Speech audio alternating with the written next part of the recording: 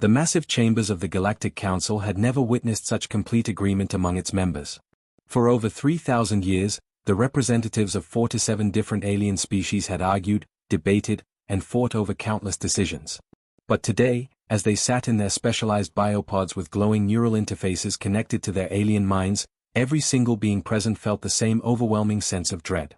Elder ZYX Thala belonged to the Vorthan Collective, a race of crystalline beings whose bodies sparkled like living diamonds. She slowly raised one of her sharp, glass-like arms, and her thoughts flowed directly into the minds of everyone in the chamber. The Vorthans had no need for spoken words, they could share their thoughts through telepathy, making their communications crystal clear to all who listened. My fellow council members, her mental voice echoed in their heads, what we discovered in the ruins on planet Kepler 442c is far more important than just old buildings and forgotten art. We have found something that has been waiting for us to understand it for 12,000 years. It is a warning. The air above the center of the great chamber began to shimmer and glow.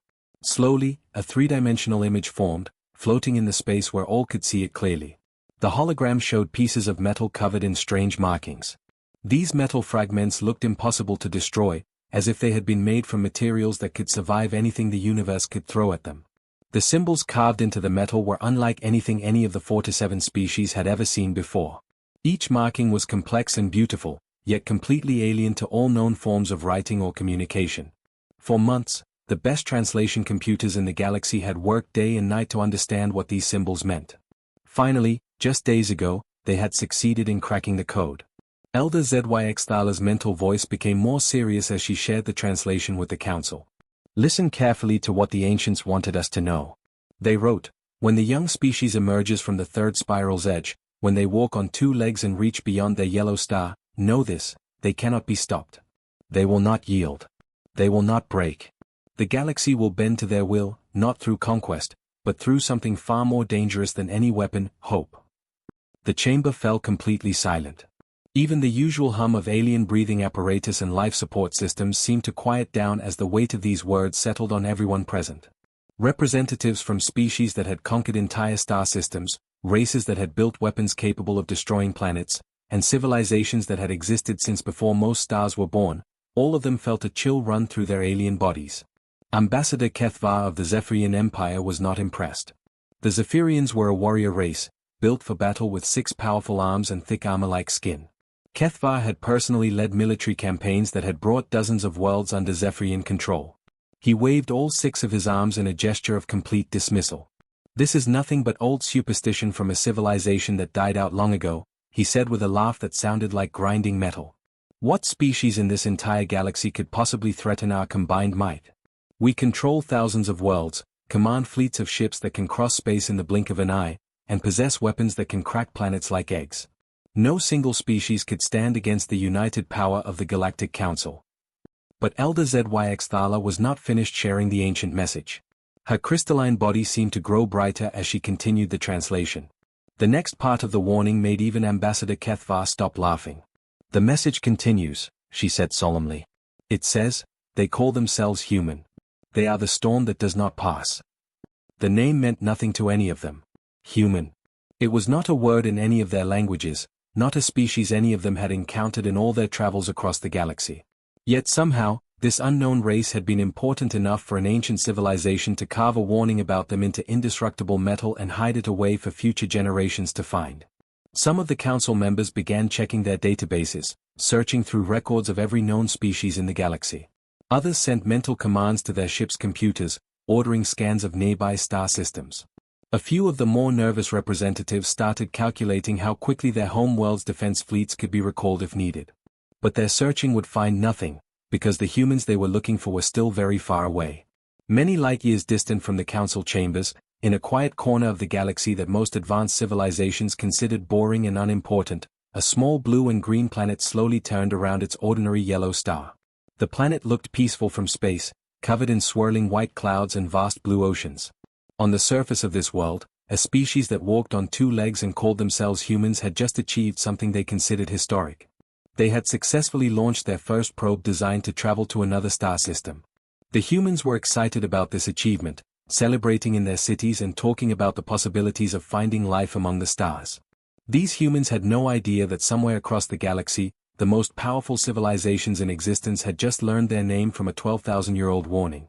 They did not know that their species had been prophesied about long before their ancestors had learned to make fire or build the first simple tools.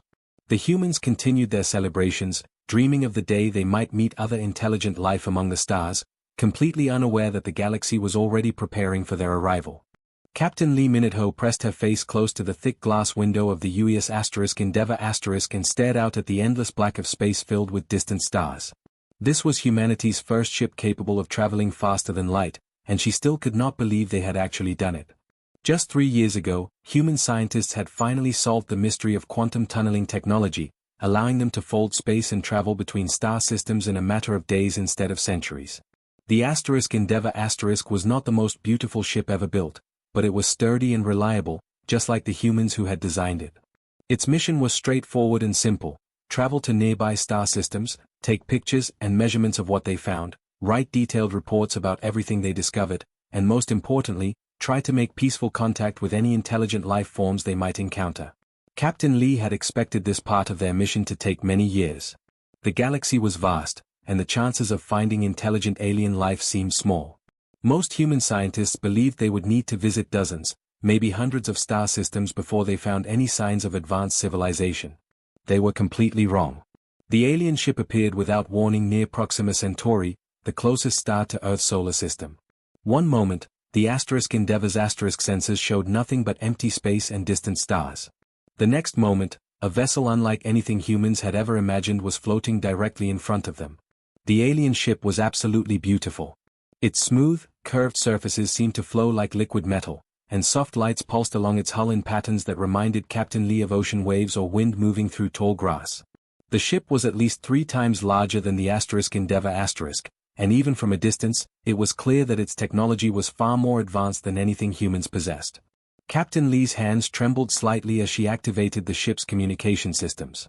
Her crew had practiced first contact procedures hundreds of times during their journey, but none of their simulations had prepared them for the real thing.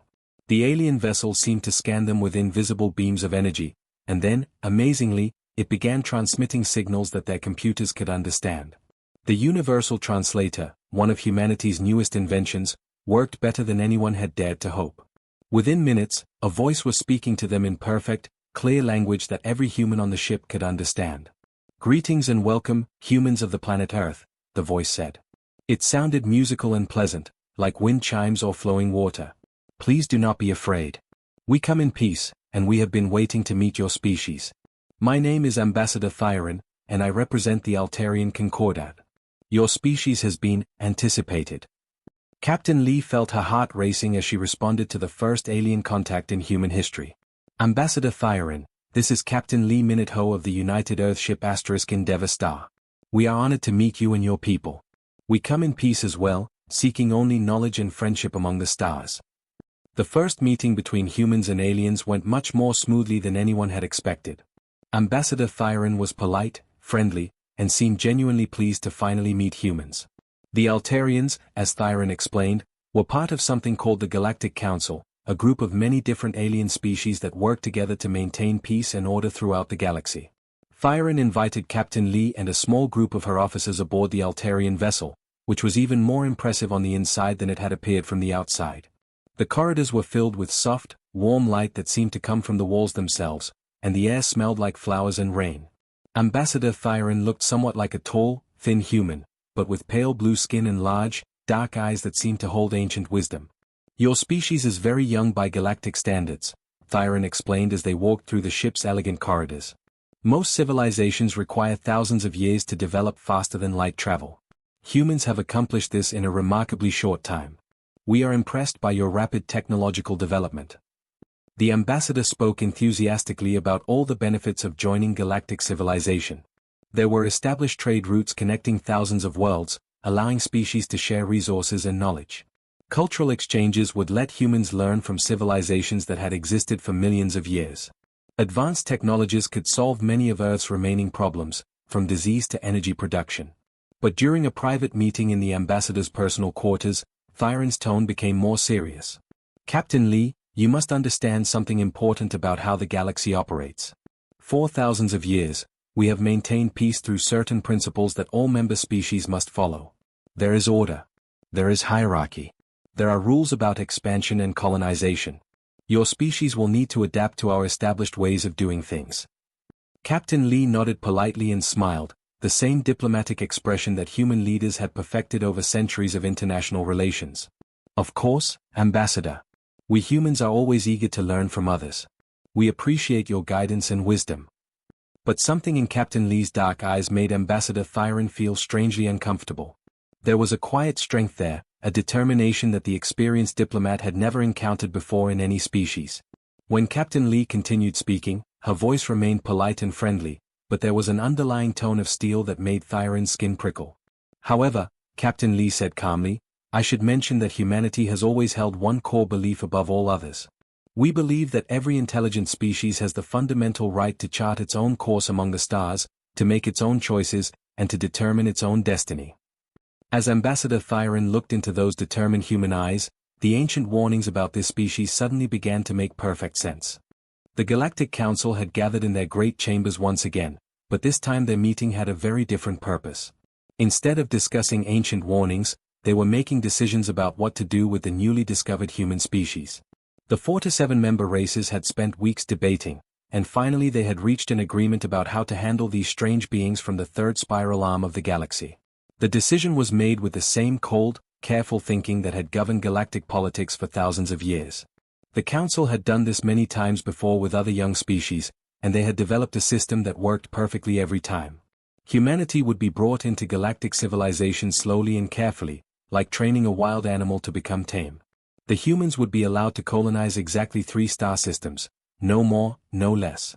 These systems had been carefully chosen by Council experts as safe, predictable places where humans could learn to live according to galactic rules.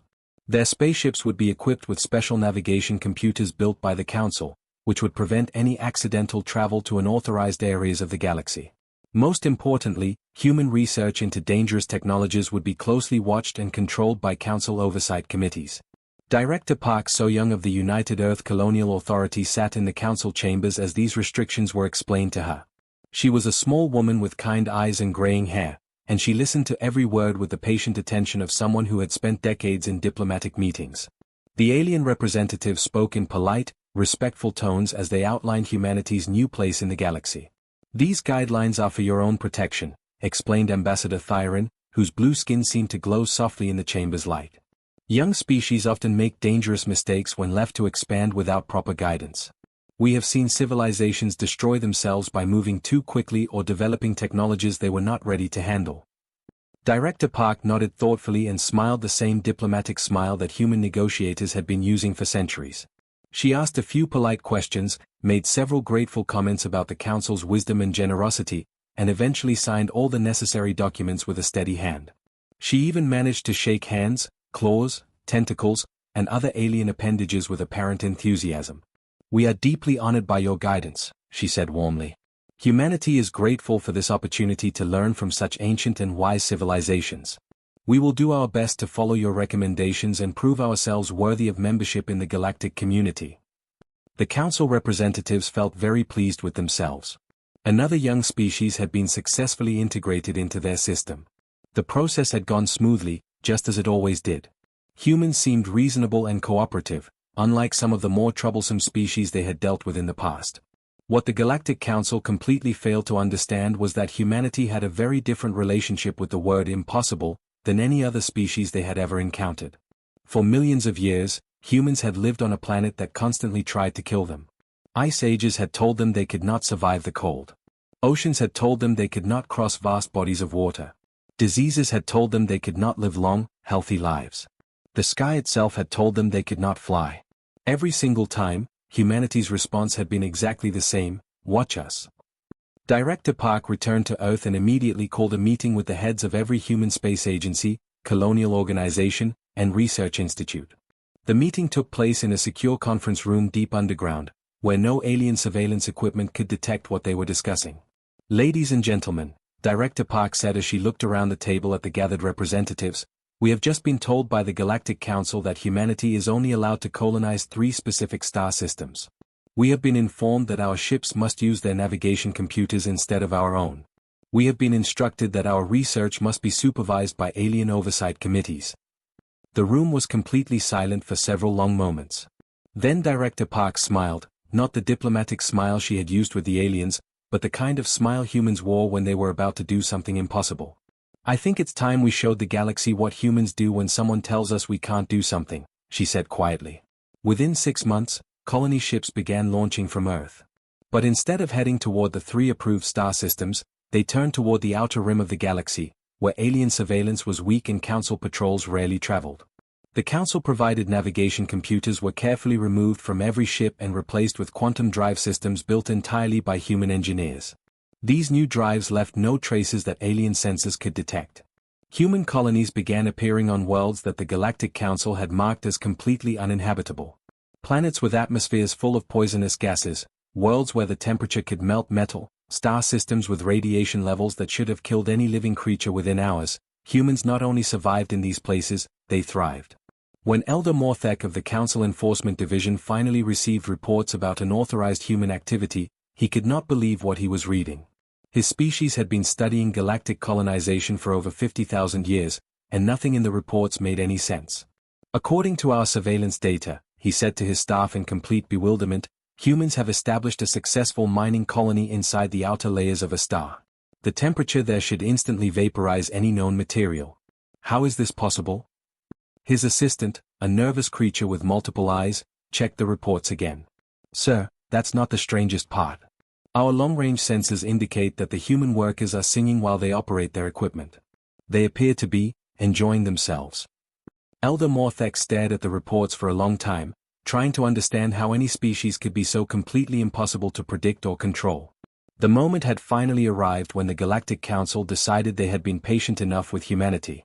Reports of unauthorized colonies kept flooding in from across the galaxy, and it was clear that the humans had completely ignored every restriction that had been placed upon them.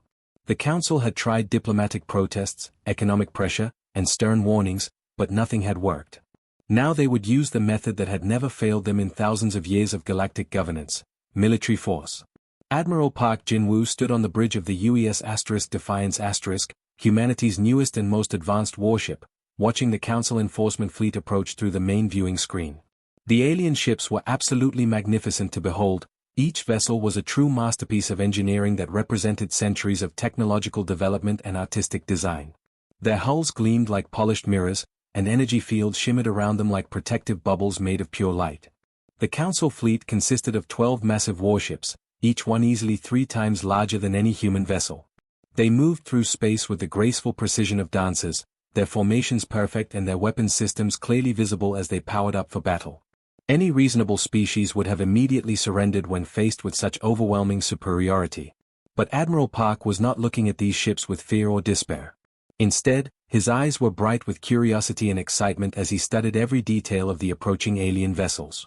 "Absolutely fascinating," he said quietly to himself, then turned to his communications officer.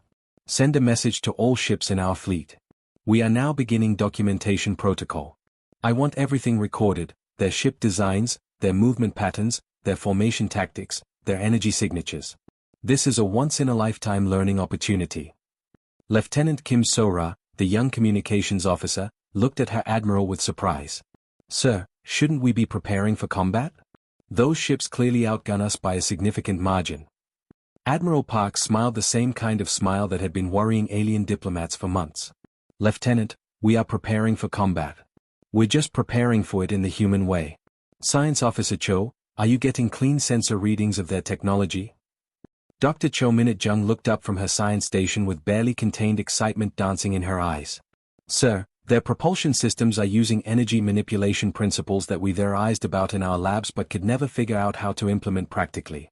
Their shield generators are operating on completely novel harmonic frequencies. Their weapon systems appear to be channeling power directly from their main reactors through crystalline focusing arrays. This is absolutely incredible." The Council Fleet Commander, General Vextar, had expected many possible human responses to his overwhelming display of military might. He had prepared for desperate surrender, for futile last-minute negotiations, for panic and chaos, or perhaps for a brief but hopeless gesture of defiance before inevitable defeat. What he had not expected was for the humans to start taking detailed scientific measurements of his fleet. The battle that followed would be remembered in galactic history books as the learning engagement, though no one called it that at the time. The human ships, vastly outgunned and hopelessly outnumbered, began moving through the council formations with what could only be described as suicidal bravery. But they were not trying to inflict maximum damage or achieve a military victory that was clearly impossible. Instead, the human vessels danced through the alien formations like scientists conducting a complex experiment. They would dart close to council ships to take detailed sensor readings, then pull away before the superior alien weapons could destroy them. When human ships were hit by enemy fire, their crews would actually cheer as they gathered data about the weapons that were killing them. Captain Lee Hyun-soo of the UES Discovery was typical of the human commanders in that battle. As alien energy beams tore through her ship's hull and systems failed all around her, she calmly dictated observations to her science officer.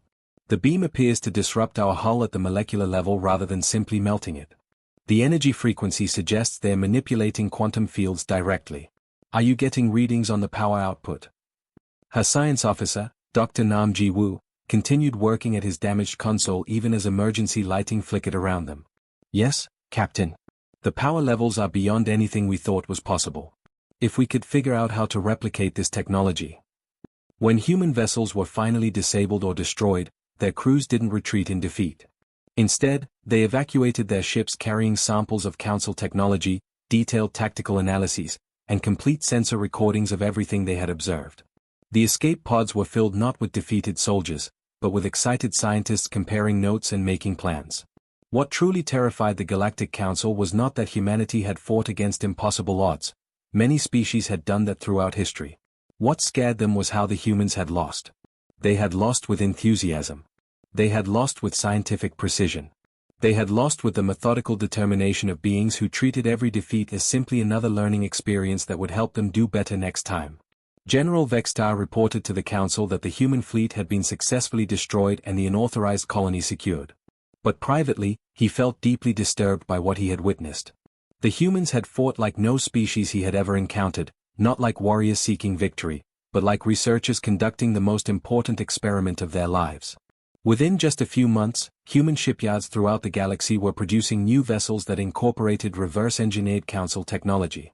But these ships were not simple copies of alien designs. Human engineers had improved upon the original technology, making it faster, more efficient, and more powerful than anything the Council had ever imagined possible. The cascade had begun, and nothing would ever be the same again. 50 years had passed since Captain Lee Minute-ho first shook hands with Ambassador Thyron near Proxima Centauri, and the galaxy had become a completely different place. The Galactic Council, that ancient institution that had ruled space for thousands of years with rigid rules and careful control, no longer existed. In its place stood something that would have been unimaginable half a century earlier. Ambassador Kim Yi-jin walked slowly through the halls of what had once been the Galactic Council chambers, but the building had changed as dramatically as everything else. The cold, formal meeting rooms had been expanded and redesigned to welcome many more species than had ever been allowed before. Warm lights filled the corridors, and the sound of dozens of different alien languages created a pleasant buzz of conversation and debate. Kim was the daughter of the first human starship captain, and she carried herself with the same quiet confidence that had made alien diplomats so uncomfortable 50 years ago. But now, instead of being the representative of a restricted young species, she served as an ambassador in what was called the Galactic Assembly, a completely new organization based on cooperation rather than control. The great meeting hall was packed with representatives from over 200 different species. This was more than 4 times the number that had ever been allowed in the old council. Many of these beings came from civilizations that the previous system had dismissed as too primitive or not ready for galactic participation. Now they sat alongside ancient species, their voices carrying equal weight in discussions about the future of the galaxy.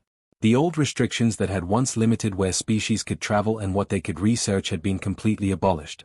Across the galaxy, beings were free to explore new worlds, to make their own mistakes, to discover their own solutions to problems, and to dream as big as their imaginations would allow them.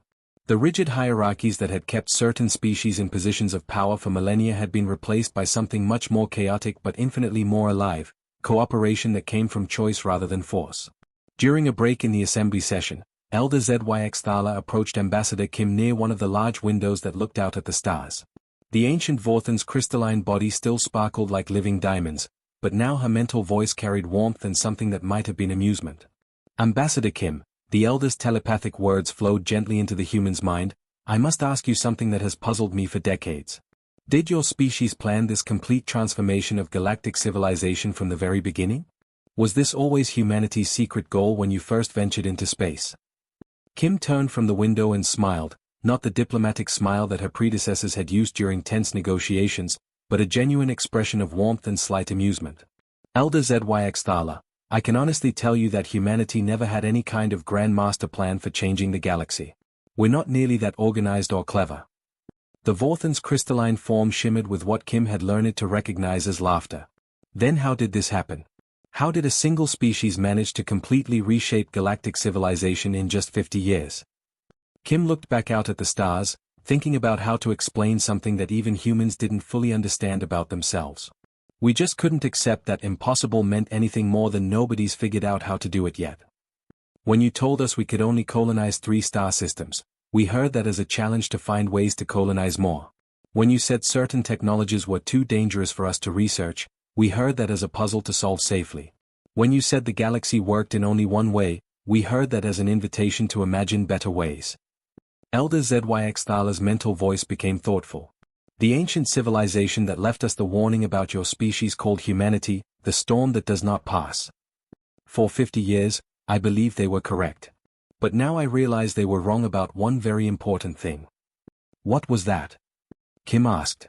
They assumed that your species would be a destructive force, that you would tear down existing structures and leave chaos in your wake. Instead, humanity has proven to be something far more powerful and far more dangerous to old, rigid systems. You are a creative force.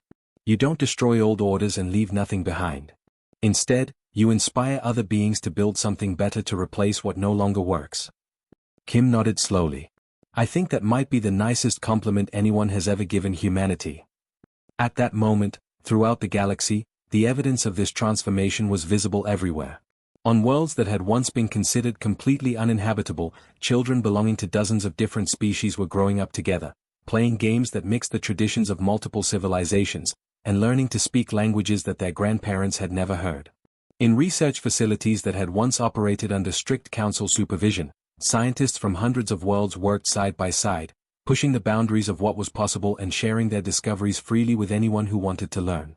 Technologies that had been forbidden for safety reasons were being developed with careful cooperation and extensive testing, leading to advances that benefited everyone.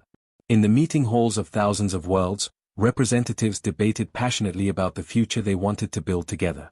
The old system of taking orders from distant authorities had been replaced by loud, messy, chaotic discussions where every voice mattered and every idea deserved consideration. The storm that the ancients had warned about had indeed arrived, but it had not destroyed the galaxy. Instead, it had taught an entire galaxy how to dance with the wind, how to bend without breaking, and how to find strength in change rather than stability.